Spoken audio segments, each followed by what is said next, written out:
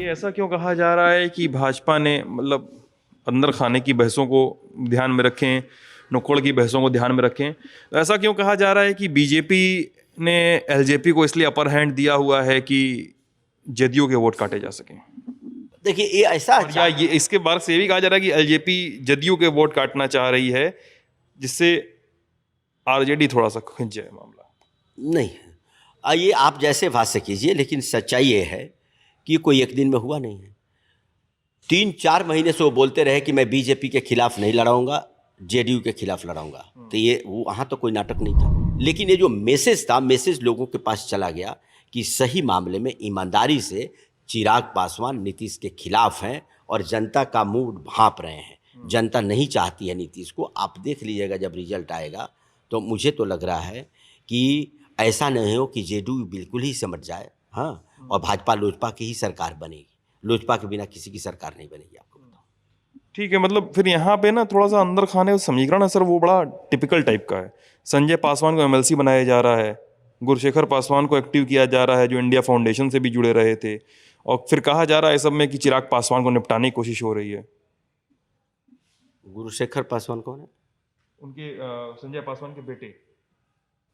अच्छा, हाँ, जो उनको प्रवक्ता भी बनाया गया है। तो ये देखिए, ये सब पार्टी का इंटरनल मामला है, इस पर हम क्या बोलेंगे। लेकिन जहाँ तक आप यहाँ की बात कर रहे हैं ना, जो चुनाव की बात कर रहे हैं, तो चुनावी माहौल कोई एक दिन में बनता नहीं है, और गठबंधन भी एक दिन में बनता नहीं है। अगर अब मान लीजिए ऐसा ही रहता तो रामविलास जी वहाँ मंत्री थे, गठबंधन टूटा तो रामविलास जी को निकाल देते। ऐसा तो हुआ नहीं। तो क्या पब्लिक बेवकूफ़ है? पब्लिक समझ नहीं रही है क्या? दूसरा मैं आपको बता दूं, जनता नहीं समझ रही है कि जेडीयू के जिला अध्यक्ष ने बगल के कैमूर में बयान दिया कि भाजपा के हर कार्यकर्ता को जेडीयू के कार्यकर्ता हराने का काम करेंगे, फिर खुद ही इंडिपेंडेंट लड़ भी गया। तो ये कुछ बयान दिया, बयान दिया ओपन टीवी पे, पूरे प्रेस में आया। तो जेडीयू कहीं ईमानदारी से हमारे साथ नहीं है, वो मजबूरी में अपने फायदे के लिए। आप देखिए ना, जेडीयू के समता पार्टी के 4 विधायक हुआ करते थे, जब समझौता हुआ हमारे 44 थे। क्या मजबूरी थी कि 22 लोकसभा सीटें अपने सरेंडर कर दी उस समय, और हम 32 लड़े। 44 वाला 32 लड़ रहा है और 4 वाला 22 लड़ रहा है। ये तो तभी से साजिश चलने लगी थी, ये कोई नई बात नहीं है। अच्छा, फिर इन सब के आसपास देखें तो चिराग पासवान, रामविलास जी का निधन हो गया है, चिराग पासवान है इसमें फ्रंट पे।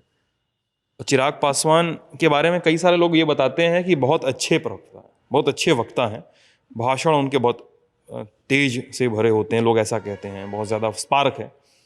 इन सब बातों को थोड़ा सा अगर किनारे रखें तो संगठन के नेता के तौर पर, प्रदेश के नेता के तौर पे चिराग पासवान का क्या भविष्य देखते हैं आप? एकदम बिंदास राय। देखिए, जब रामविलास जी पहली बार आए थे, यंग थे, तो उनके बारे में भी लोग ऐसे ही सवाल करते थे, क्या भविष्य रहा नहीं? बतलाइए। और चिराग के बारे में आप जो कर रहे हैं, मैं तो इतना ईमानदारी से ये व्यक्ति बोलता है, इतना पढ़ा लिखा है कि हर वर्ग के लोगों को अपील करता है। उस समय तो आप लोग कहते थे पासवान पासवान, रामविलास पासवान, आसमान रामविलास पर करते थे। इसका तो हर वर्ग में मैं देख रहा हूँ कि नहीं, चिराग पासवान ने बड़ा अच्छा डिसीजन लिया, ये भविष्य का नेता है। बहुत अच्छी बात आप जो बोले ना, ये गांव में लोग बोले बहुत अच्छी बातें करता है। आईटी हब यहाँ होना चाहिए, क्यों नहीं होना चाहिए? एजुकेशन हब यहाँ होना चाहिए। स्वास्थ्य के लिए हम एम्स क्यों जाएं? पटना में, सासाराम में एम्स जैसे हॉस्पिटल क्यों नहीं होने चाहिए? मैं यहाँ हॉस्पिटल लाने की भी कोशिश किया। हमारे 100 एकड़ ज़मीन है, आपको पता है, एक राजपुर में, जो जगह मिलती नहीं है, लेकिन यहाँ के कुछ नेताओं ने साजिश करके लाने नहीं दिया। तो हम लोग इसमें लगे हैं कि जनता का भला हो। हम कोई अपने लिए राजनीति में नहीं आए हैं कि एक बार एमएलए बन गया तो 4-4 फॉर्च्यूनर पर घूमने लगा। कभी मेरे साथ आप नहीं देखेंगे। मैं जितने साल 4 बार जीता विधायक रहा, सिर्फ एक स्कॉर्पियो से मैं घूमते रहा। वो भी स्कॉर्पियो दोस्त ने मुझे गिफ्ट किया था। मेरे पास कोई गाड़ी नहीं है, एक मारुति के अलावे मेरा कोई घर नहीं है। चिराग पासवान, देखिए, तो इसीलिए चिराग पासवान जी पर भरोसा इसलिए लोगों को हो रहा है। आपने सही बोला, स्पार्क है वो अलग है। स्पार्क में गलत चीजें बोले तो नहीं चलता। क्योंकि अक्सर देखा गया ना सर कि जो अच्छा प्रवक्ता है, अच्छा वक्ता है, वो बढ़िया नेता बन के नहीं आता है, वो बढ़िया तरीके से चुना नहीं जाता है। वो पार्टियों में उसको प्रमोट करने का प्रचलन समाप्त हो रहा है, पहले नहीं था। अब तो पार्टियां हो गई है, तो वन मैन शो हर पार्टी में चलने लगा। वैसे लोगों को काटा जाता है। उनकी तो पार्टी ही है, वो तो पार्टी के लिए बड़े ये है, मैंने सौभाग्यशाली है कि उन्हीं की पार्टी है और उन्हीं का टॉप का शीर्ष नेता इतना अच्छा प्रवक्ता है, इतनी अच्छी सोच लगता है तो जनता को पसंद आता है। उसको किसी के मोहताज तो नहीं है कि कल मुझे निकाल दिया जाएगा, कल मुझे हटा दिया जाएगा। ये एक बड़ी खूबी है ना।